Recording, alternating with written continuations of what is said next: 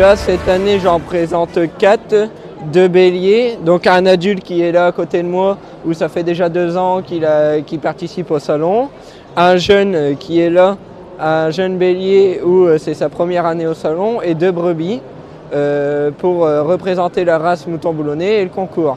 Donc il y a une section adulte de plus de 18 mois, après il y a une section de moins de 18 mois, et après il y a une section brebis où c'est vraiment l'homogénéité du lot qui est jugée. Il n'y a pas l'élevage, du coup les gens viennent plus aux moutons. Il y a les moutons, les cochons et les chèvres dans le Holin. Donc bien sûr les moutons c'est l'un des plus gros stands du Holin. On peut ramener un peu plus de moutons et l'ambiance elle change par rapport quand les bovins sont là.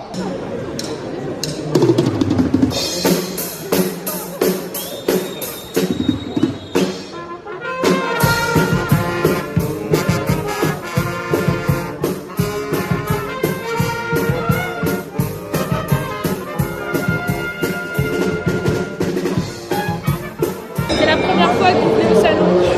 J'étais venu une fois déjà, mais il y a très longtemps. Ça vous choque qu'il n'y ait pas de vache aujourd'hui? Un petit peu quand même, oui, parce que bon, c'est quand même un pôle important. Donc bon, mais malheureusement, à cause de cette maladie, je pense qu'on aurait peut-être dû prévoir plus tôt pour les vaccinations, ce qui aurait peut-être permis de justement que les vaches y soient. Juste, et votre impression alors sur le salon pour l'instant, vous en pensez quoi? Très bien. Je trouve que bon, ça permet de s'informer sur beaucoup de choses, de découvrir pas mal de choses, donc c'est très intéressant. C'est d'ailleurs pour ça que je suis venu. J'ai l'impression qu'il y a un peu moins de monde que d'habitude, mais du coup c'est pas mal parce que sinon c'était vraiment très serré. C'est assez convivial, j'ai l'impression. Voilà. On est habituellement à voir les vaches, et cette année il n'y en a pas. Ah bon, il n'y en a pas? En fait, on vient juste d'arriver. Et non, on était en train de regarder les brebis, mais et du coup, ouais, c'est bizarre, c'est drôle qu'il n'y ait pas de vache. Pourquoi? Ils sont pas venus à cause de la... Vous avez vu, il y a une maladie qui s'appelle la dermatite. Oui, bien sûr, oui, on a entendu parler, effectivement.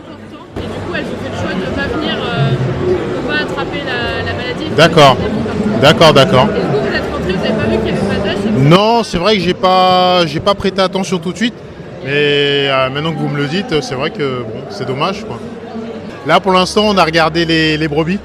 On s'est baladé, voir un petit peu toutes les différentes races de brebis. Donc c'est intéressant parce qu'on s'imagine toujours que bon, il n'y en a qu'une seule, mais il y en a des multiples et variés, donc c'est intéressant. Et puis on s'est baladé aussi tout ce qui est dégustation, fromage. On s'est fait plaisir comme ça pour l'instant. Voilà.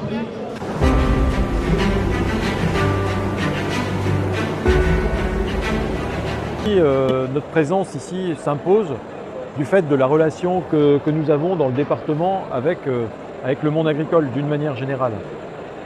D'abord, si les bovins ne sont pas là, les éleveurs bovins sont présents et c'est important pour nous d'échanger avec eux. Et puis il y a toutes les autres races. Il y a des races qui sont aussi des marqueurs de notre territoire, comme les races équines, les races ovines, etc., qui sont présentes au salon et qui sont pour nous des partenaires importants. Sur le stand du département, on a des animations qui concernent essentiellement les plus jeunes, avec une promenade virtuelle dans une ferme. On a aussi des démonstrations avec les chefs de restauration dans les collèges qui nous concoctent des petites préparations à base de produits issus des élevages du Nord. C'est une manière aussi de rendre les bovins présents, mais d'une autre manière. Et puis on a aussi des rencontres. Ce matin, nous organisions donc le traditionnel petit déjeuner des éleveurs. Et ce petit déjeuner des éleveurs, eh bien, une fois de plus, ça a été l'occasion d'échanger sur des sujets comme l'emploi agricole, comme aussi le travail nécessaire de communication auprès des plus jeunes, dans les collèges par exemple, pour mieux valoriser la profession agricole. Et ces échanges, eh bien, ils seront générateurs une fois de plus d'initiatives que le département prendra dans les semaines et les mois à venir.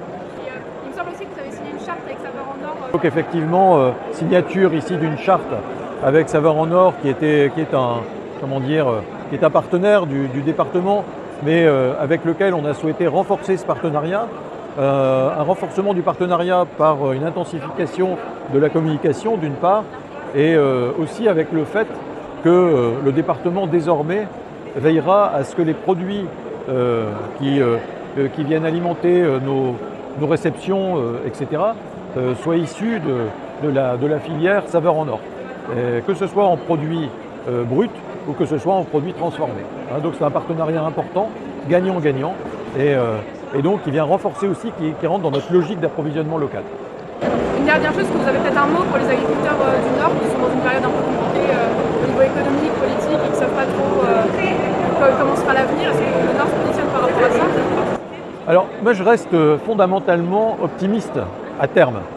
On a des étapes toujours compliquées en matière comme là par exemple, on évoquait ce matin la visibilité.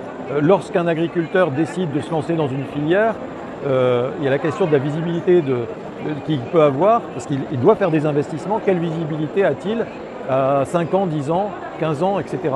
C'est important aussi pour une collectivité comme la nôtre de donner une visibilité. C'est ce qu'on essaye de faire à travers notre démarche d'approvisionnement local.